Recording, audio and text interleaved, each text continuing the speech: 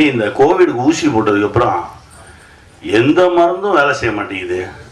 காய்ச்சல் வந்தால் காய்ச்சல் இருந்துக்கிட்டே இருக்கு, வயிற்றுலைனா இருந்துக்கிட்டே இருக்கு, எதுவுமே வேலை செய்ய மாட்டேங்குது. நம்ம உடம்புக்குள்ள என்னத்தையும் அனுப்பிச்சி விட்டாங்க, என்ன பண்ணுறதுன்னே தெரியல.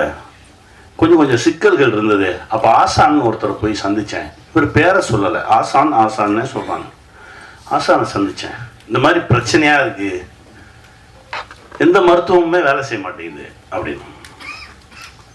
அப்போ அவர் என்கிட்ட கேட்டார், கடைசியாக எப்போ செருப்பு இல்லாமல் நடந்தீங்கன்னு கேட்டார். நான் நடந்தே ரொம்ப நாள் ஆச்சு. நடங்க, மழை பெஞ்சா நனைங்க, வெயில் அடித்தா காய்ங்க, செருப்பு இல்லாமல் நடங்க, பசிச்சா சாப்பிடுங்க, இதுதான் வைத்தியமா? ஆமாம், இதுதான் வைத்தியம், போங்கன்ட்டார். இந்த பிரபஞ்சத்தோடு நீ தொடர்பில் இரு, பிரபஞ்சம் உன்னை காக்கும் அப்படின்னு சொல்லி அனுப்பிச்சிட்டாரு. ஒரு 6 மாதம் ஆச்சு. நான் அதை தொடர்ந்து செய்கிறேன்.